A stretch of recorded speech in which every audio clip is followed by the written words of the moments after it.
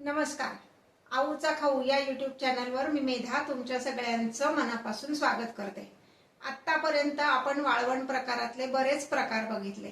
आज मी तुम्हाला एक असा वाळवणाचा पदार्थ सांगणार आहे जो विस्मृतीत गेलेला आहे. बऱ्याच जणांना माहिती पण नाही कसा करायचा ते, किंवा नाव पण ऐकलेलं नाही. तर तो पदार्थ आहे तो म्हणजे सालपापड्या, तांदूळाच्या सालपापड्या. काही जण ह्याला फेण्या असं सुद्धा म्हणतात, पण आपल्याकडे पुण्यामध्ये त्याला सालपापड्या असं म्हणतात. तर तो पदार्थ मी तुम्हाला आता करून दाखवणार आहे. खास आऊची रेसिपी.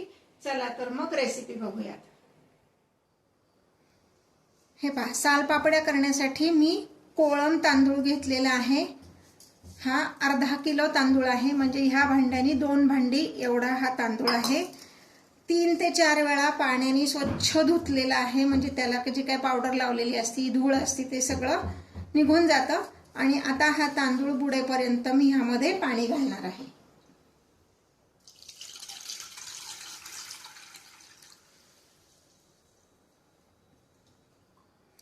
पूर्वी आपण 3 दिवस हे तांदूळ भिजवत होतो, पण आता खूप उकाडा आहे, त्यामुळे 2च दिवस तांदूळ भिजवायचेत, नाही तर त्याला खूप आंबट वास येईल आणि पापड्यांची चव बदलेल. म्हणून आपण हे 2च दिवस भिजवणार आहोत.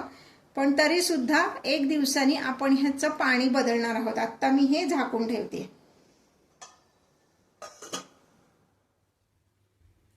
हे तांदूळ असे भिजल्यानंतर थोडंसं त्या पाण्यावर असे बुडबुडे आल्यासारखे दिसतात. असं दिसायला पाहिजे, म्हणजे तांदूळ व्यवस्थित आंबलेत असं समजायचं. आणि असेच ते आंबायला हवेत, तर पापड्यांना टेस्ट चांगली येते. आता मी हे सगळं पाणी काढून टाकून हे तांदूळ एका चाळणीत काढणार आहे, संपूर्ण पाणी निथळण्यासाठी. हे पहा, अशी एक चाळणी घ्यायची, खाली पातेलं ठेवायचंय आणि त्यावर हे तांदूळ सगळे काढायचे, म्हणजे जे जास्तीचं पाणी आहे ते सगळं निथळून जाईल. या चाळणीत साधारणपणे 10 मिनिटं हे तांदूळ असेच ठेवायचे, म्हणजे जास्तीचं पाणी निथळून जातं. आणि मग नंतर एका कॉटनच्या कपड्यावर हे तांदूळ आपण पसरून ठेवणार आहोत फॅन खाली, थोडेसे वाळण्यासाठी. थोडेसे म्हणजे खरंच थोडेसे, की फक्त अर्धा ते पाऊण तास हे तांदूळ आपल्याला फॅन खाली वाळवायचे, जास्ती वाळवायचे नाहीयेत. हे पहा, सगळं पाणी निथळून गेलंय आणि आता हे मी तांदूळ फॅन खाली वाळवणार आहे. फार वाळवायचे नाहीयेत, फक्त 1 तास. त्यामुळे जेवढे पातळ असे पसरून ठेवता येतील, कॉटनच्या कापडावर पसरून ठेवायचे आणि 1 तास, फक्त 1 तासानंतर आपण ही पुढची प्रोसिजर ह्याची करणार आहोत. हे पहा, बरोबर 1 तास मी हे फॅन खाली सुकवलेले आहेत. हे कितपत सुकवायचे, तर असं आपण जर पाहिलं तर थोडेफार हाताला चिकटतात. इतकं अगदी कोरडे करायचे नाहीयेत, नाही तर मग त्याची फाईन पावडर होत नाही. आता हे मी मिक्सरच्या भांड्यात घालून ह्याची फाईन पावडर करून घेते. हे पहा, हे इतपत असं बारीक, म्हणजे थोडंसं रवाळ लागतंय हाताला. आता यामध्ये मी थोडंसं पाणी घालणार आहे. पाणी का घालायचं, तर पापड्या करताना आपल्याला ऍक्च्युली पाणी घालायचंच आहे, पण आपल्याला ह्याची फाईन पेस्ट तयार करायची, म्हणून ह्यात थोडंसं पाणी घालायचं, म्हणजे मग त्याची फाईन पेस्ट तयार होईल. मग आपण मधली तांदूळ वाळवण्याची स्टेप का केली, तर पाण्याचं प्रमाण चुकू नाही म्हणून त्यातलं सगळं पाणी काढून टाकलं. आणि आता वाटताना आपण त्यात पाणी घालणार आहे, म्हणजे मग पाण्याचं प्रमाण चुकणार नाही आणि आपल्या पापड्या छान तयार होतील. तर पाणी किती घालायचं आहे, तर आपण जेवढे तांदूळ घेतले होते त्याच्या 1.5 पट पाणी आपल्याला घालायचे. पण ते 1.5 पट पण एकदम घालायचं नाही, थोडं थोडं करत घालायचंय. आपण टोटल ह्या भांड्यानी 2 भांडी एवढं तांदूळ घेतले होते, म्हणजे आपल्याला 3 भांडी एवढं पाणी वापरायचंय. पण ती 3 भांडी लागेलच असं नाही, म्हणून थोडं थोडं घालून आपण हे मिक्स करणार आहोत. म्हणजे हे मिक्सरमध्ये काढणार आहे मी आता. हे पहा, ही अशी ह्या पद्धतीने इतकी फाईन अशी पेस्ट आपली झाली पाहिजे, म्हणजे मग पापड्या छान पातळ होतात. आता ह्याच पद्धतीने मी बाकीचे सगळे तांदूळ मिक्सरमधनं वाटून घेते. हे पहा, हे आपलं पीठ तयार आहे. तुम्हाला हलवून दाखवते डावानी. ह्याची कन्सिस्टन्सी एवढी हवी. मग अशी मी तुम्हाला म्हटलं होतं तसं की आपण तांदूळ घेतले त्याच्या दीडपट पाणी मी काढून घेतलं होतं, पण तेवढं दीडपट लागलं नाही. साधारणपणे 2.5 भांडी एवढंच पाणी मला लागलं. आता ह्यामध्ये मी घालणार आहे मीठ. 1च चमचा मीठ घालायचे, जास्ती घालायचं नाही, कारण ते वाळल्यावर मग कमी होतं. आणि दुसरीकडे मी एक गॅसवर आपलं जुनं जे इडलीचं पात्र असतं हिंदालियमचं ते ठेवलंय. त्यामध्ये 1.5 ग्लास पाणी खाली उकळायला ठेवलेलं आहे. अजून आपण ह्यामध्ये घालणार आहोत 1 चमचाभर खसखस. ऑप्शनल आहे, तुम्हाला आवडत असेल तर घाला, नाही घातली तरी चालेल. बरेच जण ह्यात तीळ पण घालतात, पण मी तीळ घालत नाही, फक्त खसखसच घालते. आता ह्या पापड्या कशा करायच्यात ते मी तुम्हाला दाखवते. माझ्याकडे पापड्यांचा स्टँड आहे, तर त्या स्टँडवर मी तुम्हाला दाखवते. हे थोडा वेळ बाजूला ठेवते. हे पहा, असा हा स्टँड असतो. अशा त्याला प्लेट्स मिळतात. 12 प्लेट्स यामध्ये मिळतात. म्हणजे पहिला आपल्या पापड्यांचा घाणा होईपर्यंत दुसऱ्या प्लेटवर आपण पापड्या घालून ठेवू शकतो आणि लगेच कंटिन्युएशन मध्ये आपण ह्या पापड्या वाफवू शकतो. आता ह्यावर मी तुम्हाला पापड्या घालून दाखवते. हे पहा, याच्यावर आपण हे पीठ असं घालायचंय आणि असं डावाने तुम्ही पसरलं तरी चालणार आहे.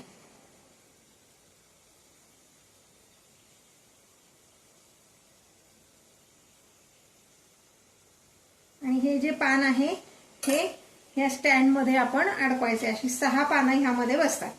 आता हे दाखवते मी तुम्हाला. हे असं ठेवायचे फक्त.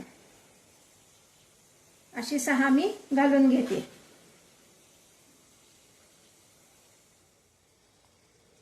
हे पहा, अशी ही 6 पानं ह्यात बसलेली आहेत.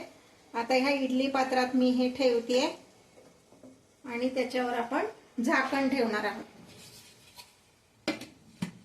झाकण घट्ट बसलं पाहिजे, त्याची वाफ जायला नको. गॅसची फ्लेम मोठीच ठेवायची आहे.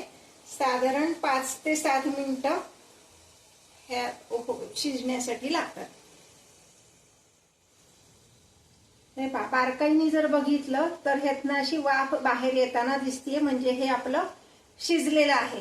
आता मी गॅस बारीक करते आणि हे आपण आता काढून बघूया. काढताना जरा सावकाशीने काढायचंय, हातावर वाफ यायला नको.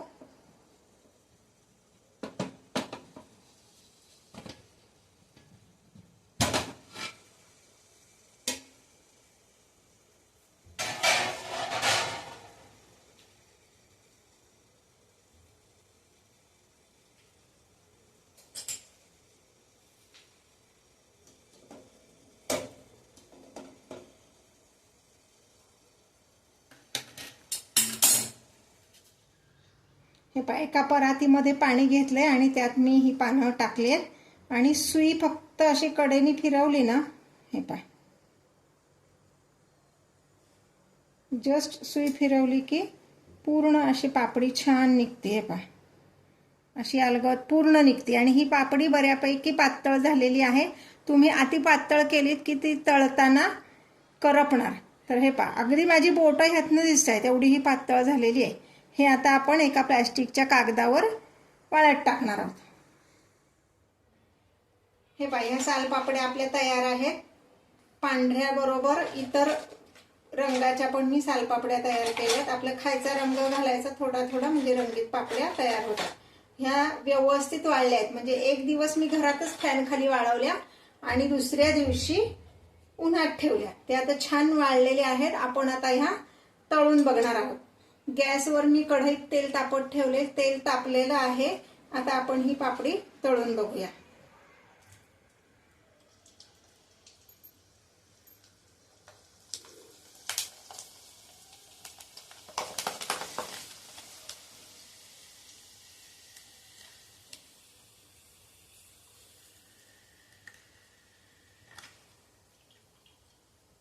हे पहा, किती छान तळली गेली व्यवस्थित. तेल अति पण म्हणजे धूर येईपर्यंत तापवायचं नाही, नाही तर पापड्या करपतात.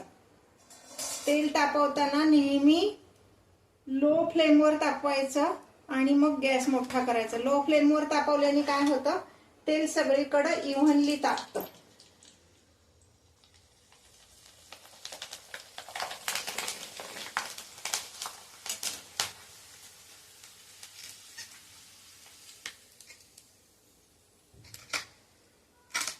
आपण ज्या साईजची पापडी केली होती त्याच्या जवळजवळ तिप्पट ही पापडी फुललेली आहे.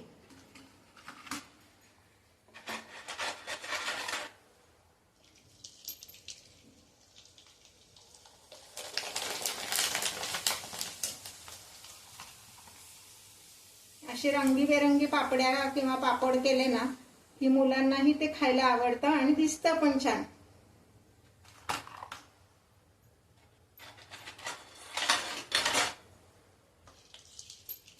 अजूनपर्यंत जर तुम्ही चॅनलला सबस्क्राईब केलं नसेल तर चॅनलला सबस्क्राईब करा, बेल आयकॉन दाबा, नोटिफिकेशन ऑल असं म्हणा, म्हणजे सगळे व्हिडिओज तुम्हाला बघता येतील.